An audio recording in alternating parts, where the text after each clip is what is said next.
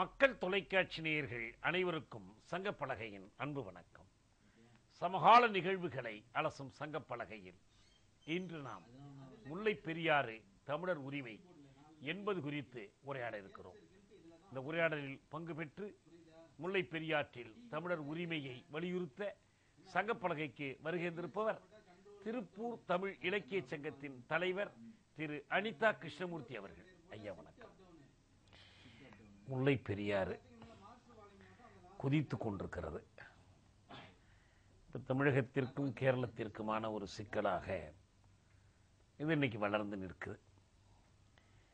இதற்கான அடிப்படை காரணம் கேரள அரசினுடைய அடாவடி போக்கு, பிடிவாத போக்கு தான். அதில் யாருக்கும் எந்த விதமான ஐயப்பாடும் இல்லை.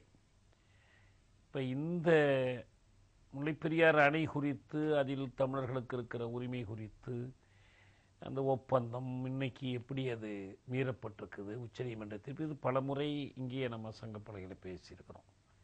இப்போ இன்றைக்கு இருக்கிற சூழலில், முல்லைப்பெரியாருக்கான ஒரு போராட்டம் தீவிரமடைந்திருக்கிற சூழலில், ஏற்கனவே மக்கள் அணி அணியாக சென்று கேரளத்தை நோக்கி போய்கிட்டு இருக்கிறாங்க.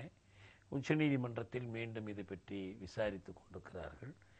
இந்த மீண்டும் ஒரு முறை நம்ம அந்த முல்லைப்பெரியாறு வரலாற்றை, அந்த அணையினுடைய வரலாற்றை தமிழ் மக்களுக்கு நினைவுபடுத்துவது அவசியம் என்று நான் நினைக்கிறேன். ஏன்னா கேரளம்னு ஒரு மாநிலம் உருவானதே 56. ஆமா. ஆனா முல்லைப்பெரியாறு என்பது அதற்கெல்லாம் காட்டிலும் பழமையானது. கண்டிப்பா. அது உருவான போது கேரளமே இல்லை. கண்டிப்பா. அதனால வேண்டி நீங்க அந்த வரலாற்றிலிருந்து தொடங்குங்க. அதாவது இந்தியாவிலே இருக்கக்கூடிய மழை பெய்கிற விஷயங்களை எல்லாம் நாம் பட்டியலிட்டு பார்த்தால், இந்தியாவில் மிக அதிகமாக மழை பெறும் இடம் என்று நாம் மேகாலயாவில் இருக்கிற சிரபுஞ்சியை சொல்கிறோம். அது ஏறத்தாழ 11,500 மில்லிமீட்டர் அளவுக்கு மழை பெறுகிற இடம். பழைய அஸ்ஸாம், இப்போது மேகாலயா. ஆனால் அதே நேரத்தில் இந்தியாவிலே நீர்வளத்திலே 2வது மாநிலம் என்று கருதப்படுகிற கேரளாவில் ஆண்டுக்கு பெய்கிற மழையினுடைய அளவை நாம் கணக்கிட்டால் மிக குறைந்த அளவு என்று 3000 மில்லிமீட்டர், மிக அதிகமான அளவு என்று 6000 மில்லிமீட்டர் என்றும் ஒரு கணக்கு நமக்கு கிடைக்கிறது.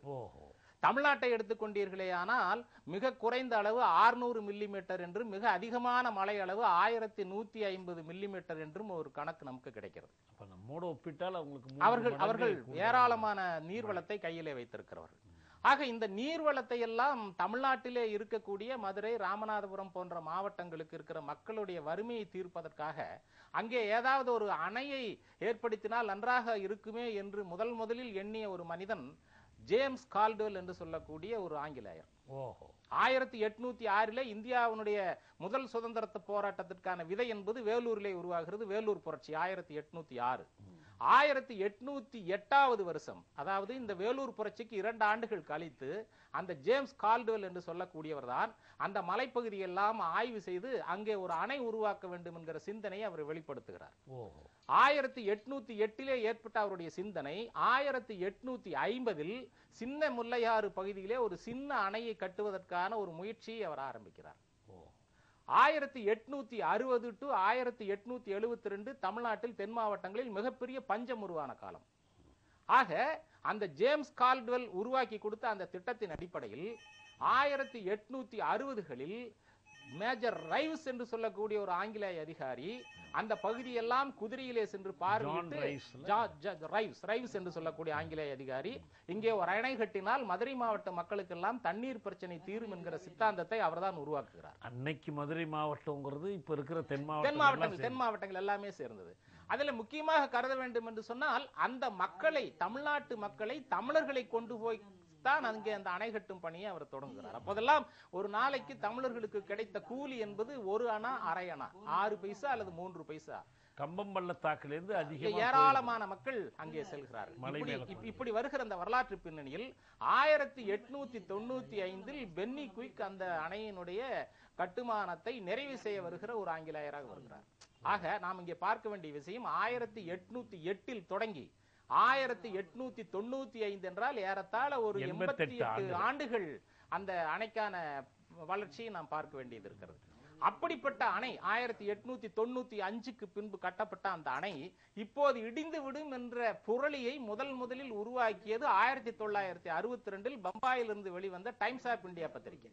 1962 பம்பாயிலிருந்து வெளிவந்த டைம்ஸ் ஆஃப் இந்தியா பத்திரிகையில் மலையாள நிருபர்கள் சிலர் எல்லாம் கூடி அந்த அணை உடைந்து விடும் என்று ஒரு பொருளையை பம்பாயிலே இருந்து வெளிவருகிற டைம்ஸ் ஆஃப் இந்தியா பத்திரிகையில் வெளியிட்டார்கள். 62 அந்த செய்தி வெளியானதற்கு பின்பு 1964 ஒன்று கூடிய கேரளா தமிழ்நாடு அதிகாரிகளும் மாநில அரசும் சேர்ந்து 2 மாநிலமுமே சேர்ந்து அந்த அணையை அப்படியெல்லாம் உடையாது என்ற ஒரு ஒப்பந்தத்திலே 64 நம்முடைய கேரளத்துக்காரர்களும் சேர்ந்து ஒரு கையெழுத்திடுகிறார்.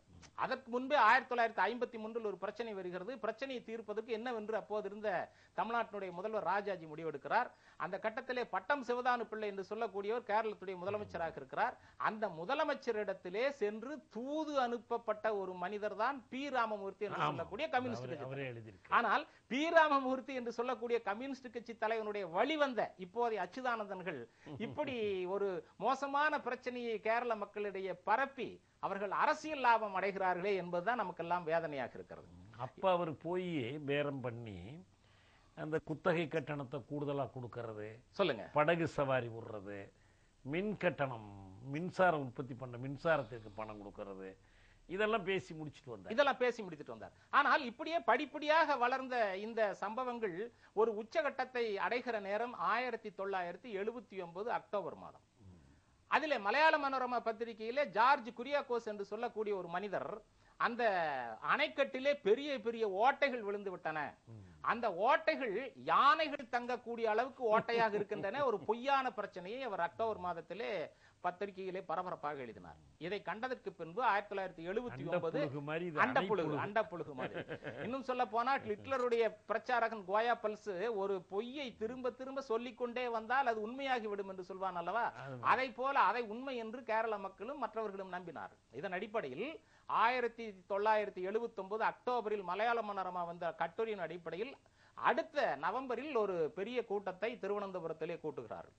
அந்த கூட்டத்தில் தான் கேசி தாமஸ் என்று சொல்லக்கூடிய மத்திய நீர்வளத்துறையினுடைய ஆணையருடைய தலைமையில் தமிழ்நாட்டினுடைய முதல்வர் எம் ஜி ராமச்சந்திரன், அப்போது இருந்த உள்துறை செயலாளர்கள் பத்மநாபன், விஜயராகவன், மதுரையிலே கலெக்டரா இருந்த சிரியாக் மற்றும் எல்லாரும் சேர்ந்து அங்கே உட்கார்ந்து உன்னிகிருஷ்ணன் என்று சொல்லக்கூடிய ஒரு அதிகாரி, இவர்கள் எல்லாம் சேர்ந்து உட்கார்ந்து ஒரு ஒப்பந்தம் போடுகிறார்.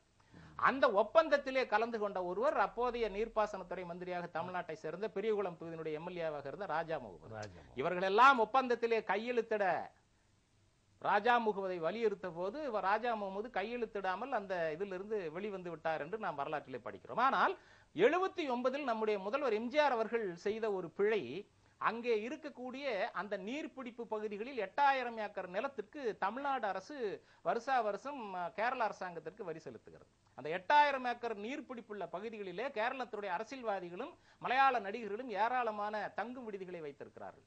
அங்கே வைத்திருக்கிற அந்த பகுதிகளுக்கெல்லாம் அந்த அணைக்கும் சேர்ந்து தமிழ்நாட்டு போலீஸ்காரர்களை நியமிக்காமல் கேரள போலீஸ்காரர்களையே நியமித்துக் கொள்ளலாம் என்கிற ஒரு விதியை அந்த 79 அவர்கள் உருவாக்கியது மிகப்பெரிய தவறாக போய்விட்டது. இன்னும் சொல்ல போனால் அந்த போலீஸ்காரர்களுக்கும் சேர்ந்து தமிழ்நாடு அரசு தான் சம்பளம் கொடுக்கிறது. அந்த 8000 ஏக்கருக்கு நம்முடைய தமிழ்நாடு அரசு வருஷா வருஷம் குத்தகை பணம் வேறு கொடுக்கிறது. இப்படி எல்லாம் இருக்கிற அந்த பகுதியில் நம்முடைய தமிழ்நாட்டு பொறியாளர்கள் சென்றால் தடுத்து நிறுத்துகிற வேலையை அந்த கேரள போலீஸ்காரர்கள் செய்கிறார்கள். அதை பார்க்கிற போது நமக்கு மிகவும் வேதனையாக இருக்கிறது. இன்னும் சொல்ல போனால் தமிழ்நாட்டிலிருந்து 48 வகையான உணவுப் பொருட்கள் கேரளத்திற்கு அன்றாடம் செல்கின்றன. அதுக்கு முன்னால இந்த 79ஆம் வருடத்திய சொல்லுங்க ஒப்பந்தம் 79ஆம் வருடம் அந்த ராஜா முகமது கையெழுத்திட மறுத்தார் பாருங்க. சொல்லுங்க. இப்ப நம்ம பக்கம் தமிழ்நாடு பக்கம் சிரியாக், உன்னிகிருஷ்ணன் போன்ற மலையாளிகள், ஆமாங்க, கேரளா பக்கம் கேசி தாமஸ் நீர்வளத்துறையினுடைய போன்ற மலையாளிகள் உட்கார்ந்து ஒரு ஒப்பந்தம் போட்டு தண்ணீரை முதலாக 136 அடியாக குறைத்தார்கள். 152 இருந்த தண்ணீரை சரியா சொல்ல போனால் அணையினுடைய உயர்மட்டம் 162 அடி என்றுதான் பென்னி குயிக் நியமித்தார். 10 அடி கீழே வச்சுக்கலாம், 152 வரைக்கும் தண்ணி வைக்கலாம்னு சொன்னாங்க. சொல்லுங்க 152 136 குறைப்பதற்கு அப்ப ஒப்பந்தம் போட்டுக்கிட்டாங்க. ஆனா அந்த ஒப்பந்தத்தில் 136 குறைத்த பிறகு சொல்லுங்க என்ன செய்யணுங்கிறத அதுவும் அந்த ஒப்பந்தத்தில் இருக்கு. ஒப்பந்தம் படி என்னன்னா, இந்த தண்ணீர் மட்டத்தை குறைத்த பிறகு அணையை வலுப்படுத்தணும். அணையை வலுப்படுத்தி முடிச்சிட்டீங்கன்னா முதல் கட்டம் 145 அடி உயர்த்தலாம். இரண்டாவது கட்டம் இறுதியா பழையபடியே 152 அடியாக கொண்டுட்டு வந்துடலாம். கொண்டு வரலாம். இதுதான் வந்து அப்ப போட்ட ஒப்பந்தம். சரிங்க. இப்ப அந்த ஒப்பந்தம் செல்லுபடி ஆனிச்சா இல்லையா? செயல்படுத்த அந்த ஒப்பந்தத்தை அவர்கள் மதிக்கவில்லையே. இப்ப இன்னும் சொல்ல போனால் இப்போது இருக்கிற அந்த ஆய்வு பிரச்சனைகளுக்கெல்லாம் நீங்கள் என்ன வேண்டுமானாலும் செய்து கொள்ளுங்கள் என்று சொன்ன மனிதன் இப்போது மத்திய சுற்றுச்சூழல் மந்திரியாக இருக்கக்கூடிய ஜெயராம் ரமேஷ். அவர்தான் இப்போது இருக்கிற கேரள அரசாங்கத்துல நீங்க அங்க போய் ஆய்வு பண்ணிக்கங்க, என்ன வேணாலும் செஞ்சுக்கங்கன்னு ஒரு அவர் அந்த வேலையை அவர் செஞ்சிருக்க கூடாது. சுற்றுச்சூழல் மந்திரி என்கிற ஜெயராம் ரமேஷ் கேரளாவுக்கு மாத்திர மந்திரி அல்ல, அவர் இந்தியா முழுக்க மந்திரி. அவர்கள் எல்லாம் ஒரு பொறுப்பான பதவியில் இருப்பவர்கள் சரியாக கணிக்க வேண்டும். இன்னும் சொல்ல போனால் கடந்த மாதம் நம்முடைய உள்துறை மந்திரி ப சிதம்பரம் அவர்கள் இதே பகுதியில் சென்றுதான் ஓய்வெடுப்பதற்காக சென்றிருந்தார் குடும்பத்தோடு. அந்த நேரத்தில் கூட அவர் அதை ஒரு ஆய்வு ரீதியாக அவர் கையில் எடுத்திருக்க வேண்டும் என்பதுதான் நம்முடைய ஆதங்கம். இதுல முக்கியமான பிரச்சனை என்னவென்றால், இந்த விஷயங்களை கையில் எடுத்த மத்திய அரசாங்கம் அங்கே இருக்கிற காங்கிரஸ் அரசாங்கத்தை காப்பாற்ற வேண்டும் என்கிற நோக்கம் தான் அவர்களிடத்திலே முன்னிலையில் நிற்கிறது என்று என்னுடைய கருத்தாக இருக்கிறது. சரியாக சொல்ல போனால் 1964 நடந்த இந்தி போராட்டத்தின் போது மக்கள் எழுச்சி அடைந்தார்கள். 1987 ஈழப் போராட்டம் வந்தபோது தமிழர்கள் எழுச்சி அடைந்தார்கள். அதை போல இந்த 2011 நடக்கிற இந்த முல்லை பெரியாறு போராட்டத்தில் அரசியல்வாதிகளை எல்லாம் தவிர்த்து விட்டு மக்கள் ஒரு எழுச்சியாக இருக்கிறார்கள். ஆங்காங்கே சில தமிழ்நாட்டிலே இருக்கக்கூடிய கேரள வணிக நிறுவனங்களை ஒன்றிரண்டு தாக்கினார்கள் என்பது செய்தியாக இருந்தாலும் கூட தமிழ்நாட்டிலே வாழ்ந்து கொண்டிருக்கிற 60 லட்சம் மலையாளிகளை எந்த தமிழனும் போய் கை வைக்கவில்லை. அது ஒரு உணர்வு ரீதியாக ஒரு பாசத்தோடு தான் எல்லோருமே இருக்கிறார்கள். எனவே ஒரு நாளொன்றுக்கு 60 லட்சம் மலையாள நண்பர்கள், மலையாள மக்கள் தமிழ்நாட்டிலே வாழ்கிறவர்கள் உபயோகிக்கிற தண்ணீரின் அளவை கணக்கிட்டு பாருங்கள். ஒரு ஆளுக்கு சராசரி ஒரு நாளைக்கு 100 லிட்டர் தண்ணீர் வேண்டும் என்பது சர்வதேச கணக்கு. அப்ப 60 லட்சம் மலையாள மக்களுக்கு தமிழ்நாட்டிலே தலைக்கு 100 லிட்டர் என்றால் எத்தனை லிட்டர் தண்ணீர் நாம் அவர்களுக்காக செலவழிக்கிறோம்? வைகை ஆற்று தண்ணீர், காவிரி ஆற்று தண்ணீர், நொய்யல் ஆற்று தண்ணீர், தாமிரபரணி ஆற்று தண்ணீர், இப்படி அனைத்து தண்ணீரையும் குடித்துத்தான் இங்க இருக்கிற மலையாள மக்கள் வாழ்கிறார்கள். ஆக அந்த மக்களுக்காகவாவது பரிதாபப்பட்டு ஒரு உணர்வோடு கேரள மக்கள் நமக்கு அனுசரணையாக இருக்க வேண்டும். அதை அவர்கள் செய்யாமல் இருக்கிறார்கள். இன்னும் சொல்ல போனால் கேரளத்துடைய மேற்குமலை தொடர்ச்சியிலிருந்து ஏறத்தாழ 44 ஆறுகள் ஓடுகின்றன. அதில் இந்த பெரியாறு ஒன்று. அந்த பெரியாரை புகழ்ந்து அப்போதைய மலையாள கவிஞர் கேரளாவினுடைய ராம்